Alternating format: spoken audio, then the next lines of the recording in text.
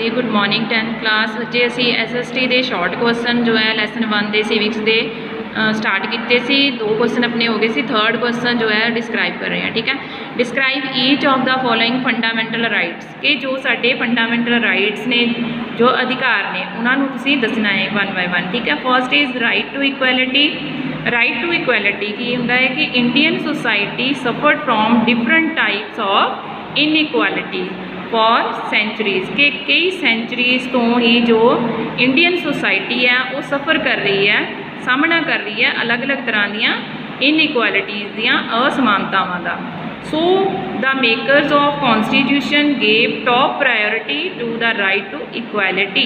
इसीलिए ही जो संविधान निर्माता ने उन्होंने सब तो वध प्रायोरिटी किसनों दी है? राइट टू इक्वैलिटी नूं, समानता के अधिकार नूं। Following qualities have been granted to the Indians के हेठां दित्तियां जो गल्लां ने वो समानता के अधिकार दे विच शामिल हुंदियां ने। सब तो पहला की है इक्वैलिटी बिफोर लॉ, कानून के सामने समानता।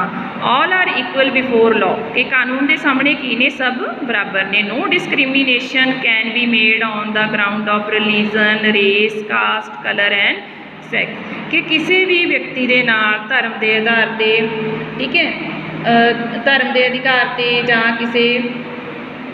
किसी भी तरह का जिमें कास्ट होगी, जात के अधिकार से, रंग के अधिकार से, जां उन्होंने लिंग के आधार पर कि मुंडा है कुड़ी है, ठीक है, उस आधार पर कोई भी भेदभाव नहीं किया जाएगा। Equal opportunities will be given to the all while giving employment कि जदों भी कोई काम करन दे लई जाएगा तो उसनों इक्वल अपॉर्चुनिटीज़ दित्तियां जाणगियां। First, no person shall be convicted of any offence expect for violation of a law. First की है कि कानून के सामने जिमें सारे बराबर ने, ठीक है, किसी भी person no person shall be convicted of any offence expect for violation of law के कानून की जे कोई उलंघना करता है तो उसनों बख्शिया नहीं जाएगा। No person shall be prosecuted and punished for the same offence for more than once कि एक ही अपराध के लिए उसनों बार बार दंडित नहीं किया जाएगा। Article 21 provides that no person shall be deprived of his life or personal liberty except according to the procedure established by law। Procedures जो इस्टैबलिश कीतियां गई ने कानून के द्वारा बनाए गए ने। आर्टिकल 21 के अधीन की आता है कि कोई भी परसन दे नाल कोई भेदभाव नहीं किया जाएगा, ठीक है, उसनों कोई भी जिमें भाव की ये की है कि 21 आर्टिकल के अधीन के किसी भी परसन को परसनल लिबर्टी नहीं दी जाएगी, ठीक है, उसनों अपनी जो भी उसके कानून के सामने समान मन्निया जाएगा। चैक्स ऑन डिस्क्रिमिनेशन के भेदभाव के उत्ते रोक लगनी, ठीक है।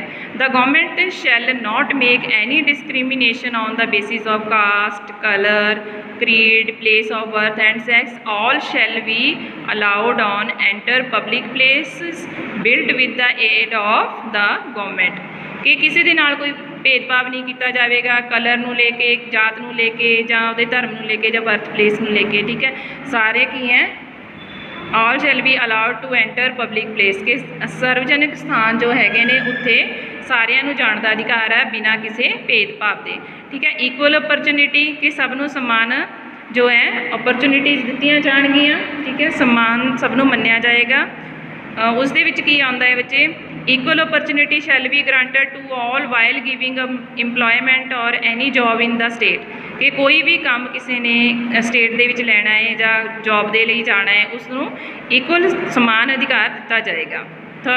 Fourth is provision of untouchability जिमें छूट छाट दे भेदभाव किया जाता है, ठीक है। Untouchability which was a great slur on the Indian society has been declare on offence कि समाजिक बुराई है, ठीक है, कि लोग छूत छात नूं मनते हैं, ठीक है, नीवी ऊँची जात नूं विश्वास रखते हैं। ये है एक सोशल इविल है।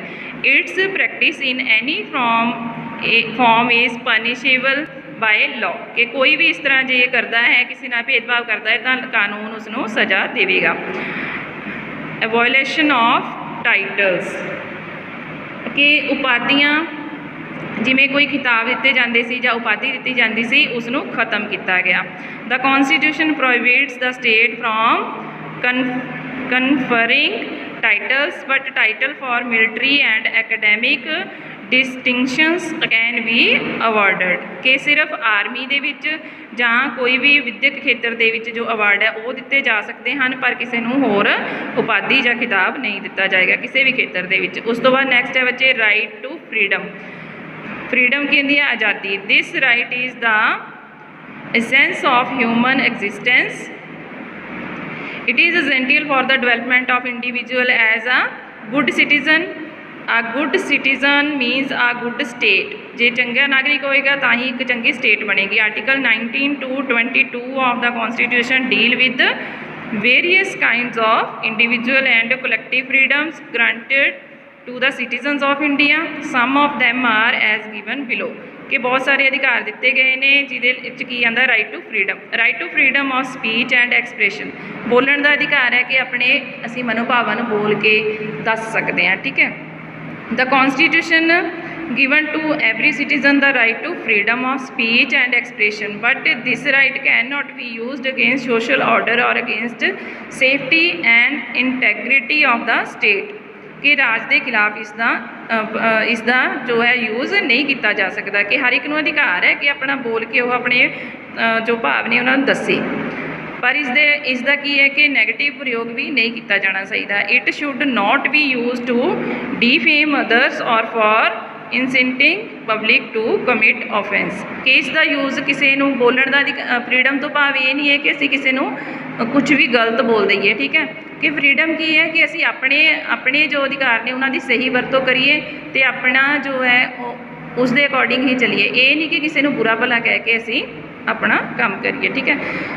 Right to assemble peacefully and without arms.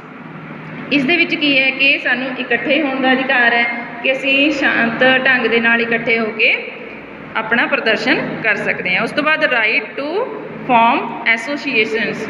ਸੰਘ ਸਥਾਪਿਤ ਕਰਨ ਦੀ ਸੁਤੰਤਰਤਾ ਹੁੰਦੀ ਹੈ ਕਿ ਆਪਣੇ ਸੰਗਠਨ ਬਣਾਉਣ ਦੀ ਸੁਤੰਤਰਤਾ। Right to freedom of movement. Every citizen of India has been granted freedom to move throughout the Indian territory. The state, however, can impose restrictions on this freedom in public interest. ਠੀਕ ਹੈ ਕਿ ਇਹਦੇ ਵਿੱਚ ਕੀ ਹੈ ਕਿ ਹਰ ਇੱਕ ਨੂੰ ਭਾਰਤ ਦੇ ਕਿਸੇ ਵੀ ਹਿੱਸੇ ਦੇ ਵਿੱਚ ਜਾ ਕੇ ਮੂਵਮੈਂਟ ਕਰਨ ਦਾ ਅਧਿਕਾਰ ਹੈ ਕਿ ਉਹ ਕਿਤੇ ਵੀ ਜਾ ਕੇ ਰਹਿ ਸਕਦਾ ਹੈ, ਫਿਰ ਸਕਦਾ ਹੈ, ਠੀਕ ਹੈ। Right to reside and settle. Every citizen has the right to reside and settle in any part of India. ਕਿਸੇ ਵੀ ਖੇਤਰ ਦੇ ਵਿੱਚ ਜਾ ਕੇ ਇੰਡੀਆ ਦੇ ਉਹ ਰਹਿ ਸਕਦਾ ਹੈ। Right to practise any profession. ਕੋਈ ਵੀ ਕਿੱਤਾ ਅਪਣਾ ਸਕਦਾ ਹੈ। Right against exploitation. ਲੁੱਟ ਖਸੁੱਟ ਦੇ ਵਿਰੁੱਧ ਵੀ ਉਸਦੇ ਕੋਲ ਅਧਿਕਾਰ ਹੈ, ਠੀਕ ਹੈ। ਇਹਦੇ 'ਚ ਕੀ ਆ ਜਾਂਦਾ? ਇਨ ਐਂਸ਼ੀਅੰਟ ਇੰਡੀਅਨ ਸੁਸਾਇਟੀ ਮੈਨੀ ਪੂਅਰ ਪਰਸਨ, ਗਰੀਬ ਲੋਕ ਸੀ ਜੋ ਵੂਮੈਨ ਐਂਡ ਚਿਲਡਰਨ ਸਫਰ ਫਰੋਮ ਮੈਨੀ type of ਐਕਸਪਲੋਟੇਸ਼ਨ।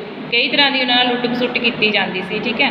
The constitution of India puts a ban on such exploitation. ਤਾਂ ਇਸ ਦੇ ਉੱਪਰ ਬੈਨ ਕੀਤਾ ਗਿਆ ਹੈ, ਠੀਕ ਹੈ ਬੱਚੇ। ਬਾਕੀ ਅਸੀਂ ਕੱਲ੍ਹ ਰਿਵਾਈਜ਼ ਕਰਾਂਗੇ। ਓਕੇ।